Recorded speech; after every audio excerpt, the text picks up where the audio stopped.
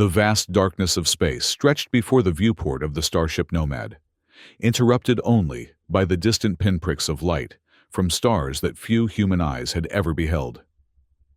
Captain Alara Voss stood with her hands clasped behind her back, her tall figure silhouetted against the cosmic canvas. The year was 2475, and humanity had pushed farther into the galaxy than ever before. Yet here, at the edge of the Orion corridor, they stood at the threshold of truly uncharted territory. "Status report," Alara said, her voice steady and commanding. "All systems nominal, Captain," replied Kiran Saul, the young technical officer whose fingers danced across the holographic control panel. "We're maintaining position at the boundary of mapped space." Alara nodded, her eyes never leaving the viewport. The Nomad represented the pinnacle of the Galactic Alliance's exploratory fleet, a next-generation vessel designed specifically for venturing beyond known space. Its sleek, elongated hull housed laboratories, living quarters for the diverse crew of 50 specialists, and propulsion systems that could sustain interstellar travel for years without refueling. "The Science Council's final transmission came through," said Zara Chin, the security officer whose perpetually alert posture matched her vigilant personality. "They're reiterating their recommendation that we do not proceed beyond the mapped boundary." Alara turned, her expression revealing nothing of her inner thoughts. Her crew represented the finest minds from various worlds within the Alliance: humans, genetically modified colonists from harsh environments, and even representatives from the few non-human species that had joined humanity's reach for the stars. "Log their recommendation," she replied, "and note that we will proceed with our mission as planned." The Nomad wasn't built to hover at boundaries. The bridge crew exchanged glances. They had all volunteered for this mission, knowing the risks. But the reality of venturing into truly unknown space carried a weight that theoretical training couldn't prepare them for. "Captain," Kiran began hesitantly, "the Council's concerns about navigational stability beyond the corridor aren't entirely unfounded. Our simulations show—" "I've reviewed your simulations, Officer Saul," Alara interrupted, not unkindly, but with finality. "The Nomad's navigation systems were designed specifically for regions where standard beacon networks don't exist. This is exactly what we're here to do." The technical officer nodded, returning to his station. At 28, Kiran was the youngest senior officer aboard, his brilliance with propulsion systems earning him the position despite his relative inexperience with deep space missions. Alara moved away from the viewport toward the central command station. The circular bridge represented the nerve center of the Nomad, with workstations arranged in concentric rings around her captain's chair. Each station monitored different aspects of the ship's functions, from life support to communications, navigation to weapon systems, the latter being purely defensive, as the Galactic Alliance had maintained peaceful exploration as its primary directive since its founding a century ago. "Dr. Merrick Lynn to the bridge," Alara announced into the ship-wide communication system. Minutes later, the archaeologist appeared, his tall frame bent slightly, as if perpetually examining something on the ground. Despite being in his 50s, Merrick moved with the energy of someone half his age, especially when discussing his specialty, extinct spacefaring civilizations. "Captain," he said, "I've been analyzing the astronomical data from our long-range sensors. There's something peculiar about the star patterns approximately 12 light-years beyond our position." "Define peculiar, Doctor," Alara replied. Marek activated the holographic display at the center of the bridge. A three-dimensional star map materialized, showing their current position at the edge of the Orion corridor and the unmapped space beyond. "Here," he said, highlighting a cluster of stars. "The arrangement is too uniform to be natural. In my previous studies of ancient civilizations, I've seen similar patterns indicating artificial stellar engineering." Before Alara could respond, an alert tone sounded from the communication station. "Captain, called out the communications officer. "We're receiving a signal. It's coming from beyond the boundary." The bridge fell silent. The possibility of encountering intelligent life had always been part of their mission parameters. But the reality of it happening so soon after reaching the boundary sent a ripple of tension through the crew. "Put it through," Alara ordered. The sound that filled the bridge was unlike anything they had heard before, a series of pulses and tones that seemed to follow a pattern just beyond comprehension. It repeated 3 times before going silent. "Analysis?" Alara asked, looking between Kieran and the communications officer. "It's definitely artificial," Kieran replied, his eyes on his readings. "The frequency pattern is too regular for any known natural phenomenon. And—" he paused, his expression shifting to one of concern. "It matches distress patterns used by early Alliance exploration vessels." "That's impossible," Zara interjected. "No Alliance ship has ever ventured this far." "Not officially," Merrick said quietly, drawing everyone's attention. "But there were rumors, decades ago, of unauthorized expeditions. Scientists frustrated with the Council's cautious approach." Alara's jaw tightened. "Can we determine the signal's exact origin?" Kieran worked his controls for a moment. "Yes. It's coming from a star system approximately 15 light-years beyond our position. The signal is weak, degrading. If it is a distress call, whoever sent it may not have much time left." The implications hung in the air. The Science Council's warnings against crossing the boundary had been explicit. Their mission was to study the boundary itself, not to cross it. Yet a potential distress signal changed everything. Alara made her decision without hesitation. "Plot a course to the signal's origin. Maximum sustainable speed." "Captain," Zara said, stepping forward. "The Council specifically ordered—" "I'm well aware of our orders. Officer Chin." Alara cut her off. "But Alliance protocol is clear. Distress signals take precedence over all other directives. Log my decision and the reasoning behind it. I take full responsibility." The security officer hesitated, then nodded and returned to her station. The rest of the bridge crew turned to their tasks with renewed focus, the tension now mixed with a current of excitement. They were about to go where no officially sanctioned Alliance vessel had gone before. "Prepare for acceleration," Alara announced. "All departments secure for extended interstellar travel. We don't know what we'll find out there, but whatever it is, the Nomad was built for this moment." As the ship's powerful engines hummed to life, pushing them beyond the invisible line that marked the edge of mapped space, Alara couldn't help but feel that they had crossed more than just a physical boundary. They had taken humanity's first step into a truly unknown frontier.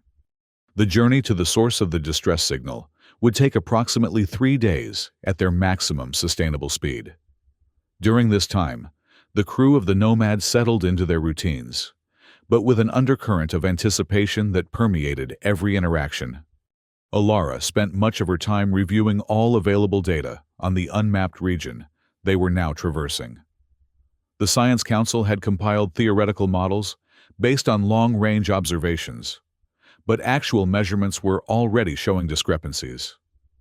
The space beyond the Orion corridor seemed to have unusual properties, subtle variations in the vacuum energy density, unexpected radiation patterns, and strange gravitational microlensing effects that suggested the presence of dark matter configurations unlike any in known space.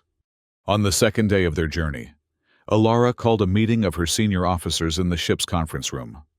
"Our sensors are detecting increasing anomalies as we proceed," she began, gesturing to the data displayed on the wall screens. "I want theories." Kieran spoke first. "The energy density fluctuations are affecting our propulsion efficiency. Nothing critical yet, but if the trend continues, we'll need to recalibrate our engines constantly." "Could these be natural phenomena?" Alara asked. "Possibly," Merrick offered. "But the pattern of anomalies is curious, They seem to increase in frequency and intensity the closer we get to our destination. If I were to speculate." He paused, seemingly reluctant to continue. "Speculate freely, Doctor," Alara encouraged.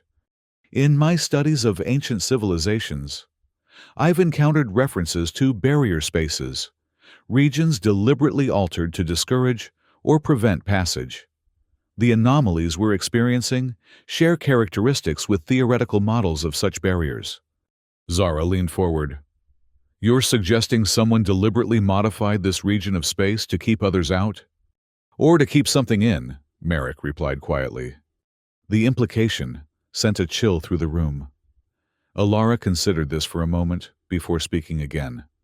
"Whether natural or artificial, we need to adapt. Kieran, work with engineering to develop automated recalibration protocols for our propulsion systems. Zara, I want security protocols reviewed and enhanced.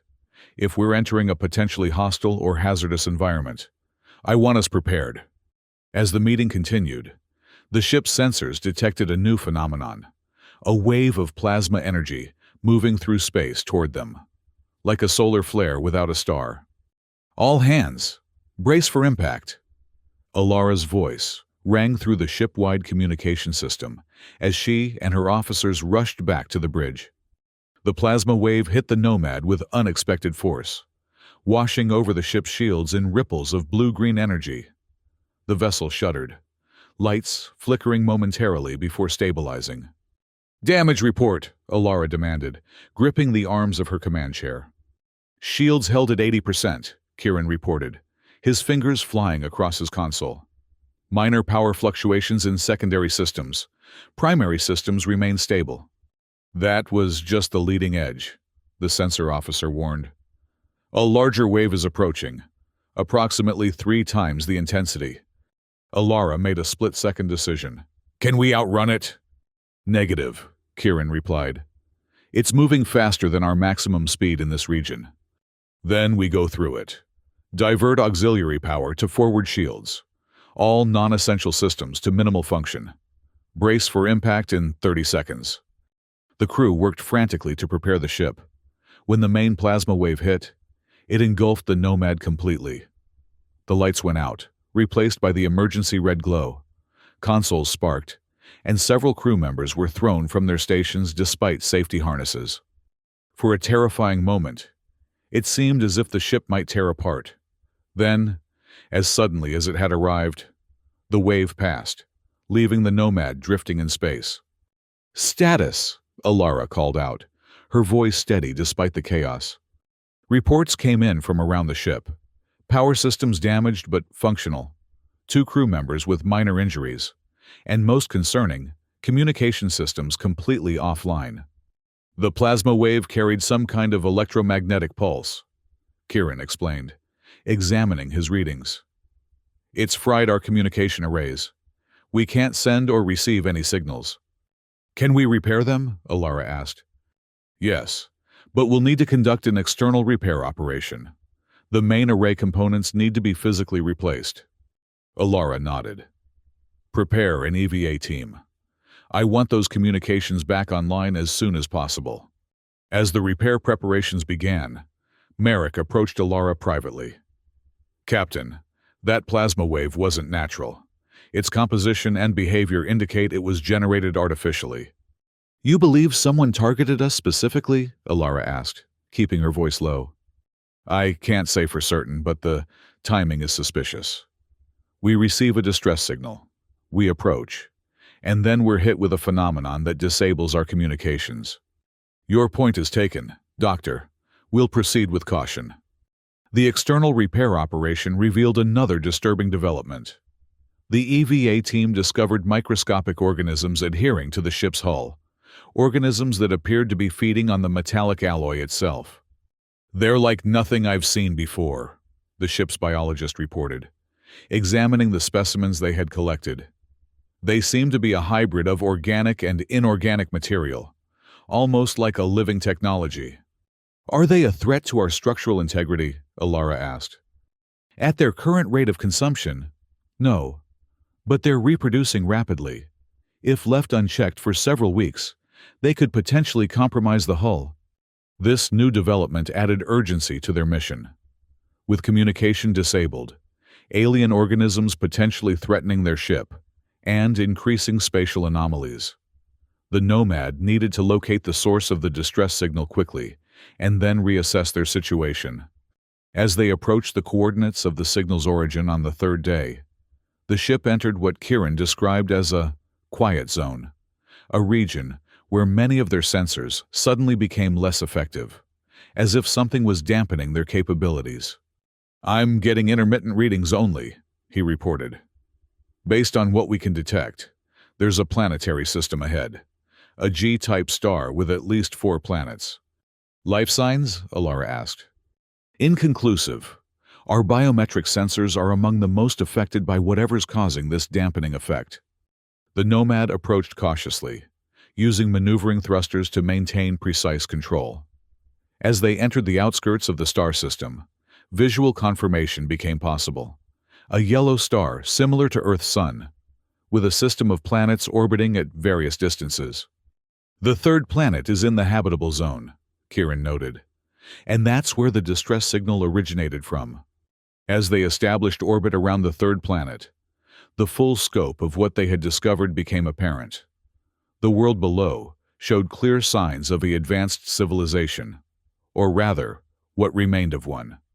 Massive structures were visible even from orbit, but they appeared abandoned. Many partially collapsed or overgrown with what looked like native vegetation. "No active energy signatures," Kieran reported. "If there was a civilization here, it's been dormant for a very long time." Yet the distress signal was recent, Alara mused. "Prepare a landing party. We need to investigate the source directly." The selection of the landing party sparked the first serious conflict among the senior officers. Zara insisted that security protocols demanded the captain remain aboard the ship, while an initial reconnaissance team assessed potential threats. Alara, however, was equally insistent that as captain, she needed to see the situation firsthand. "This isn't a security drill, Officer Chin," Alara said firmly. "We're facing unknown circumstances with potential historical significance. My presence is non-negotiable." Zara's expression tightened, but she nodded stiffly. "Then I will personally ensure your safety, Captain." The landing party consisted of Alara, Zara, Merrick, and 3 specialists, a biologist, an engineer, and a linguistic expert. They took one of the Nomad's 2 shuttles down to the surface, landing near the strongest concentration of artificial structures. The planet's atmosphere was breathable but thin, with a slightly higher oxygen content than Earth. Gravity was approximately 0.9 of Earth standard. The landscape around them was hauntingly beautiful. Rolling hills covered in silver-blue vegetation, punctuated by the towering remains of what had once clearly been a magnificent city. "These structures," Merrick breathed, his voice filled with awe as they exited the shuttle. "They're unlike anything recorded in any known civilization. The architectural principles." He trailed off, already moving toward the nearest building with his scanning equipment activated. "Stay together," Alara ordered. "Remember, we're here to locate the source of the distress signal first. Archaeological study is secondary." They moved through the abandoned city, their footsteps echoing in spaces that had perhaps been silent for millennia. The buildings were constructed of a material that resembled both metal and stone, with flowing, organic shapes that defied conventional engineering principles. Many structures remained remarkably intact despite their apparent age. "The signal originated from approximately 800 meters in that direction," the engineer reported, pointing toward what appeared to be a central plaza dominated by a massive spherical structure. As they approached the sphere, detailed carvings or inscriptions became visible on its surface, complex patterns that seemed to shift slightly when viewed from different angles. "These aren't just decorative," the linguistic expert noted. "They have all the characteristics of a written language, but with a 4-dimensional component I've never encountered before." Marek was practically vibrating with excitement. This civilization was far more advanced than anything we've discovered previously.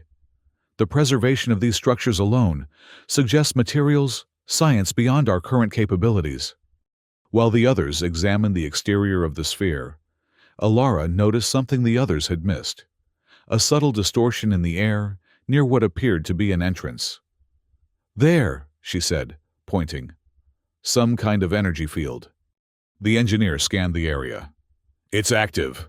There's a power source still functioning after all this time." Approaching cautiously, they discovered that the energy field was indeed an active doorway. Beyond it lay a chamber that hummed with faint but unmistakable power.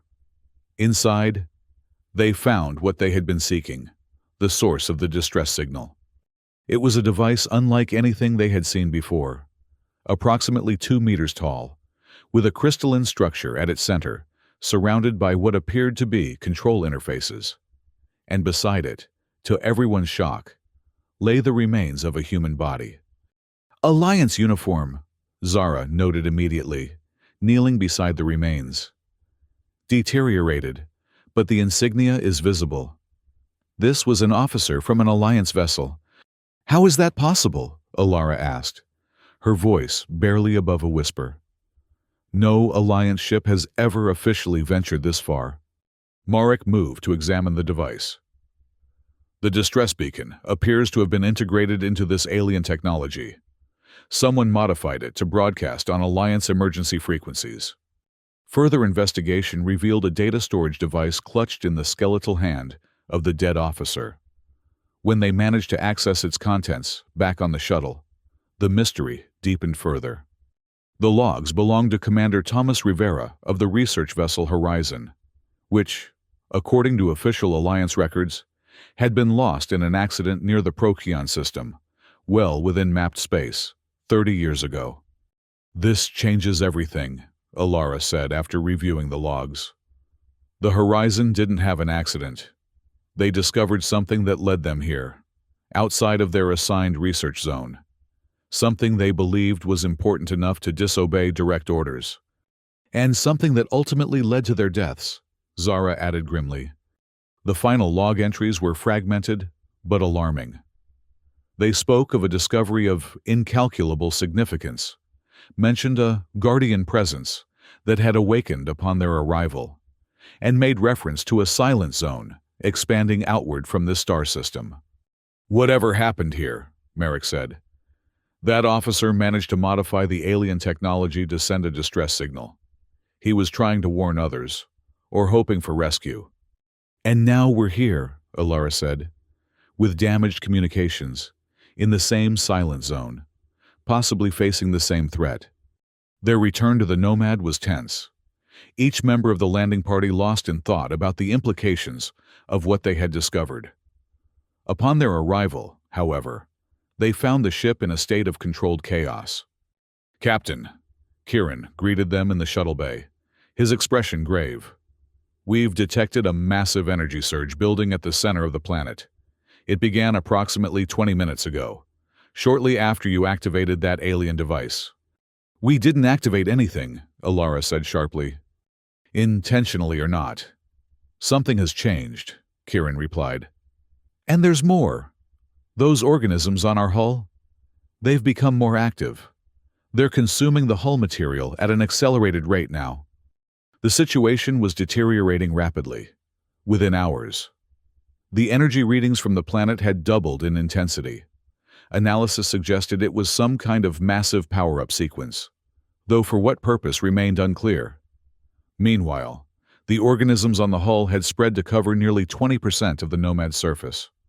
In the emergency meeting that followed, tensions that had been simmering beneath the surface finally erupted. "We need to leave this system immediately," Zara insisted. "Everything about this situation screams trap.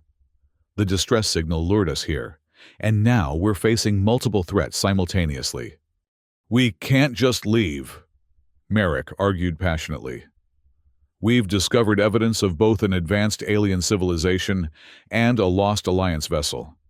The scientific and historical value means nothing if we don't survive to report it," Zara cut in. Kieran, who had been unusually quiet, finally spoke.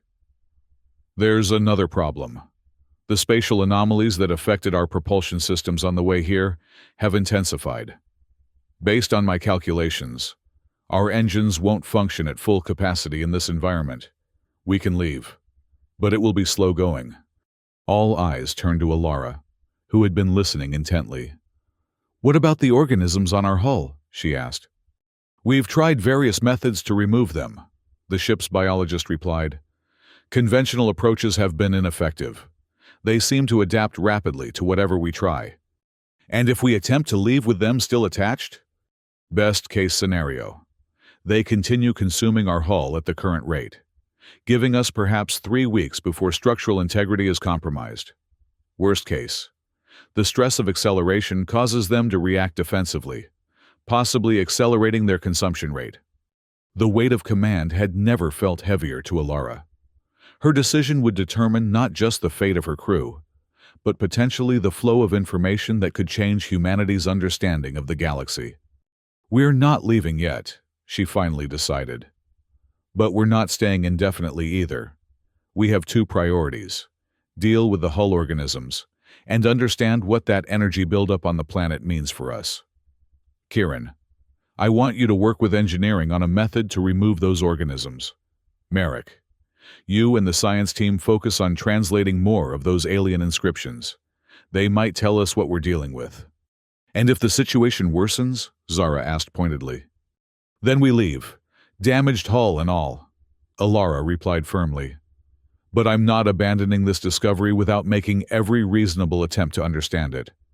The next 12 hours saw the crew of the Nomad working frantically on multiple fronts. Kieran's team developed a theoretical approach to dealing with the hull organisms, a precisely calibrated electromagnetic pulse that might disrupt their hybrid organic-inorganic functions without damaging the ship's systems. Meanwhile, Marik's team made a breakthrough in translating portions of the alien language, aided by comparative analysis with the fragment mentions in Commander Rivera's logs. It's not a complete translation, Marik reported, but we've identified several key concepts. The civilization that built this city called themselves something that roughly translates to the eternal. They were indeed far more advanced than any known species, having achieved technologies that bordered on what we might consider impossible. Such as, Alara prompted, manipulation of space-time on a fundamental level, creation of self-sustaining energy systems that could function for millennia, and, most relevant to our situation, the development of what they called guardian constructs, semi-autonomous entities designed to protect their legacy after they departed. Departed, not died out? The terminology is specific, Marik explained. It suggests a deliberate exodus rather than extinction. But here's where it gets troubling. The Guardian constructs were designed to evaluate any visitors and determine if they were worthy of accessing eternal knowledge. Worthy by what criteria? Zara asked. That's unclear. But it seems the energy buildup we're detecting is part of this evaluation process. The Guardian is awakening, preparing to test us, somehow. Before they could discuss this further, the ship rocked violently. Alarms blared as the crew rushed to their emergency stations. Report, Alara demanded as she reached the bridge. The energy surge from the planet has manifested as some kind of directed force, the sensor officer replied. It's creating a powerful gravitational distortion around the Nomad. We're being held in place. Outside the viewports, space itself seemed to warp and bend. The Nomad was effectively trapped within a bubble of altered gravity, unable to maneuver or escape. Engine status? Alara asked. Functional but ineffective against this force, Kieran reported from engineering via the comm system. It's as if we're trying to move through solid matter. Life support. Stable for now, but power consumption is increasing as our systems try to compensate for the gravitational stress. The situation continued to deteriorate over the next several hours. The hull organisms, agitated by the gravitational distortions, had accelerated their consumption rate. Several key systems were showing signs of strain, and perhaps, most alarmingly, a new phenomenon had appeared, a swirling darkness that occasionally manifested near the ship, like a shadow given three-dimensional form. "It's scanning us," Merrick theorized after one such appearance. "Based on the translations, I believe this is a manifestation of the Guardian construct, a projection it's using to evaluate our vessel and crew." "Evaluate us for what?" Alara demanded. "I don't know," Merrick admitted. "But whatever test it's conducting, I don't think we're passing." The breaking point came 18 hours after they'd first been trapped. A massive power surge coursed through the ship, overwhelming surge protectors and damaging critical systems. Most significantly, the main engine control module was severely damaged, leaving the Nomad with only minimal propulsion capabilities, even if they could break free of the gravitational trap. In the aftermath, Kieran approached Alara with a desperate plan. "The main control module is beyond repair with our onboard resources," he explained. "But there's a backup system. It's experimental, never tested in actual space conditions. It would allow us to reroute engine control through alternative circuits." "What's the catch?" Alara asked, recognizing the hesitation in his voice. "The backup system is located in a section of the ship now experiencing dangerous levels of gravitational distortion. Accessing it would mean physically entering that section and manually activating a series of controls in the correct sequence. The risk of structural collapse in that area is significant." "How significant?" "I calculate a 67% probability of catastrophic failure while someone is inside," he admitted. "But without engine control, we have no chance at all." Alara considered the options. "I'll go," she decided. "You'll talk me through the activation sequence." "With all due respect, Captain," Kieran countered immediately. "I designed those systems. I know every circuit, every bypass. It has to be me." Their argument was interrupted by another violent shudder throughout the ship. Status reports flooded in. The hull integrity was now compromised in 3 locations. Emergency force fields were containing the breaches, but power reserves were dropping rapidly. "We don't have time to debate this," Alara said. "We go together. 2 sets of hands will work faster than one." Despite Zara's vehement objections, Alara and Kieran prepared for their dangerous mission. The section containing the backup engine control was near the core of the ship, where the gravitational distortions were causing visible warping of the internal structures. They would need to wear specialized suits designed for extreme pressure environments, just to survive. "The moment we restore engine control, I want emergency power diverted to the electromagnetic pulse system," Alara instructed before they left. "Be ready to activate it the instant we give the signal." The journey through the increasingly unstable ship was harrowing. Corridors that had once been straight now curved unnaturally. Metal groaned and creaked around them. Twice they had to detour around sections where the passageway had collapsed entirely. When they finally reached the access hatch to the engine control section, they found it distorted. The metal twisted, as if it had partially melted. "We'll have to force it open," Alara said, examining the damage. Working together, they managed to create an opening just large enough to squeeze through. The chamber beyond was in even worse condition. Equipment racks had torn free from their mountings. Conduits hung from the ceiling like metallic vines, and the air was filled with the acrid smell of burning insulation despite their sealed suits. "The backup module is there." Kieran pointed to a reinforced section at the far end of the chamber. "We need to activate it in stages. Power initialization first, then system configuration, then the activation sequence." They moved carefully through the debris, the artificial gravity in their suits fighting against the distortions around them. Halfway across the chamber, a support beam gave way above them.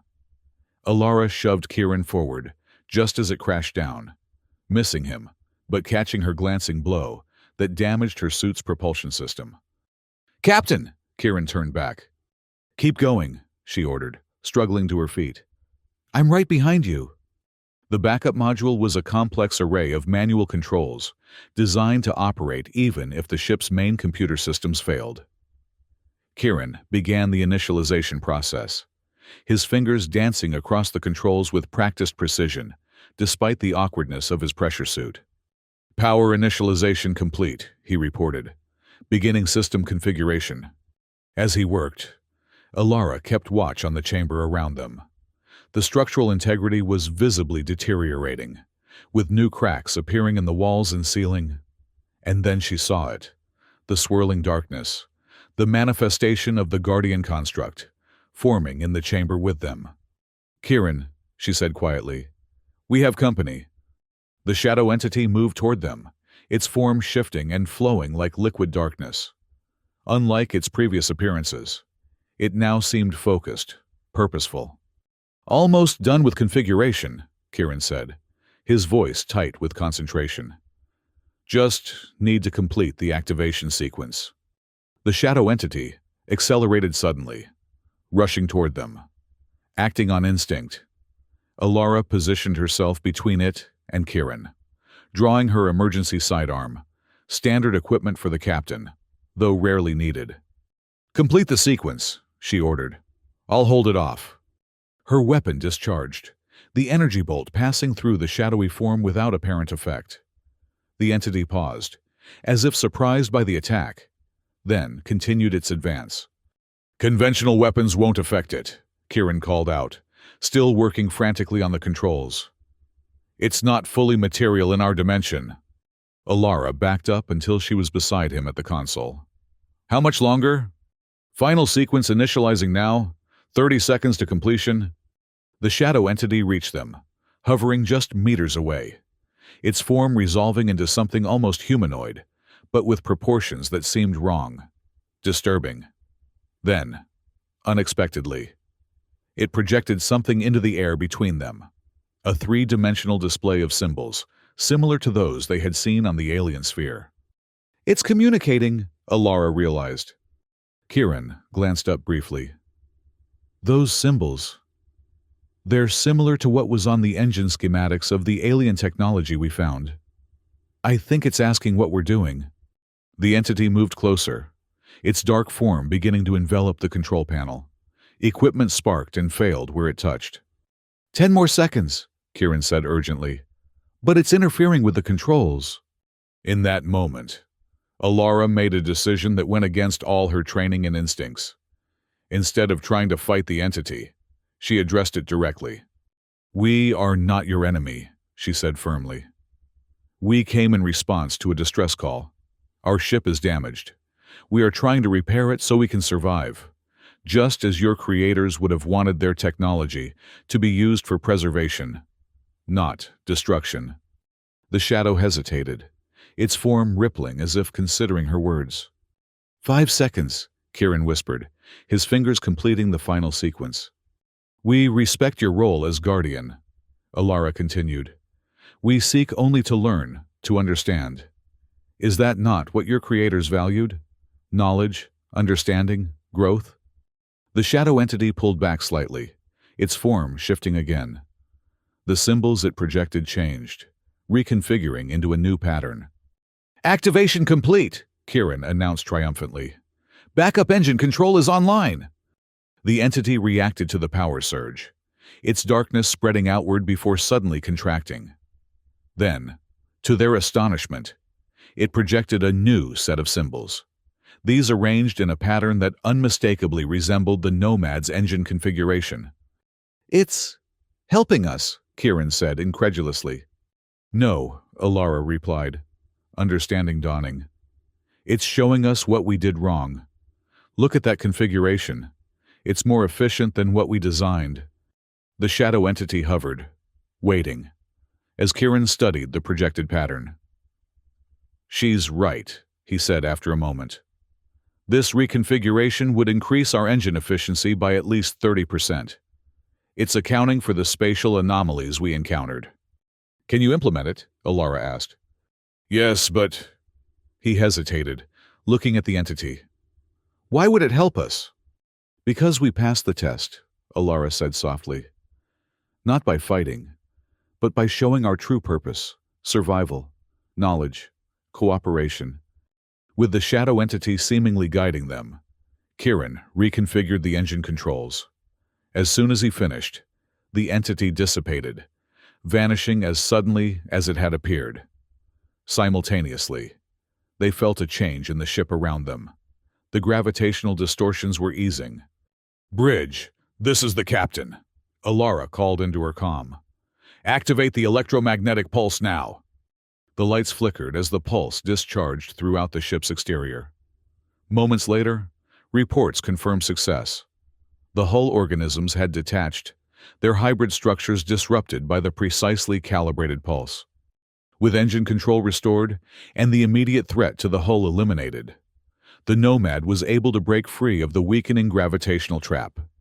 As they moved away from the planet, however, they made another startling discovery. The shadow entity had not disappeared entirely. A small portion of it, contained within a specialized sample container in the science lab, had apparently been collected by Merrick during one of its earlier manifestations. "It's stable," the scientist reported excitedly. "And it appears to be dormant, for lack of a better term. I believe it's a fragment of the Guardian construct, possibly left deliberately as a gift, or perhaps as an ambassador." The journey back to Alliance space would be long and challenging. The Nomad had sustained significant damage, and even with the improved engine configuration, they would need to proceed carefully through the anomaly-filled region beyond the Orion corridor. But they were alive, and they carried with them discoveries that would change humanity's understanding of the galaxy forever. In her private quarters, Alara recorded her captain's log, summarizing their extraordinary experiences. "We came seeking what lay beyond known space," she dictated. "What we found was not just a new frontier, but a mirror held up to ourselves. The test we faced wasn't about our technology or our strength, but about our intentions, our values, our capacity to recognize intelligence different from our own." She paused, looking out at the stars streaming past her viewport. "The entity, the Guardian, remains a mystery in many ways. Dr. Lin believes it is a form of technology so advanced that we lack the framework to fully comprehend it. What is clear is that it responded to our demonstration of core Alliance values: preservation of life, pursuit of knowledge, and cooperation in the face of adversity." Another pause as she collected her thoughts. The discovery of Commander Rivera's remains and logs raises troubling questions about our own history and the transparency of Alliance leadership. His final entries suggest that the Science Council may have had prior knowledge of the eternal civilization, but chose to restrict access to this region for reasons beyond standard safety protocols. Upon our return, a full investigation will be necessary. She stood, moving closer to the viewport. As for the Nomad and her crew, this journey has transformed us. Officer Saul has shown exceptional courage and ingenuity under pressure. His willingness to risk his life to save the ship exemplifies the highest traditions of Alliance service. His insights, which I initially dismissed due to his youth and inexperience, proved invaluable. I have recommended him for promotion." She smiled slightly, remembering the moment in the engine control room when they had worked in perfect synchronicity despite their earlier disagreements. The fragment of the Guardian entity that we carry with us represents a first contact scenario unlike anything in our records. It appears to be dormant now, but Dr. Lin's team has detected subtle signs of activity within its structure. Whether it is a gift, a test, or something else entirely remains to be seen. Alara's expression grew more solemn. "What is certain is that we stand at the threshold of a new era. Beyond the Orion corridor lies not just uncharted space, but evidence of civilizations whose technological achievements far surpass our own. The Silent Zone appears to be expanding slowly, encompassing more star systems over time. Whether this represents a threat, an opportunity, or simply a natural phenomenon is a question for further exploration." She straightened, her voice taking on the formal tone of an official recommendation. I am therefore recommending that the Galactic Alliance establish a permanent research outpost at the boundary of the Orion Corridor. The Nomad's mission should be extended, with additional resources allocated for continued exploration once repairs are complete. The knowledge waiting to be discovered is too valuable to ignore, and the potential benefits to all Alliance worlds too significant to delay. Alara ended the recording and sat down at her desk, beginning the task of compiling the detailed mission reports that would accompany her log. As she worked, she couldn't help but feel that this mission, this journey beyond the edge of known space, was just the beginning. Outside her viewport, the stars continued to stream by as the Nomad made its way home, carrying its crew and its precious cargo of discovery back toward the heart of the Galactic Alliance. But Alara knew that they had all been changed by what they had encountered. Their perspective had been forever altered by glimpsing what lay beyond the edge, not just of mapped space, but of human understanding itself. And in the secure laboratory deep within the ship, the fragment of darkness stirred slightly in its containment field, as if dreaming of the vast and ancient civilization that had created it, waiting for the right moment to reveal the true depth of the legacy it had been programmed to protect. The journey outward had ended. The journey inward, into the mysteries of an ancient past and the possibilities of an unprecedented future, had just begun.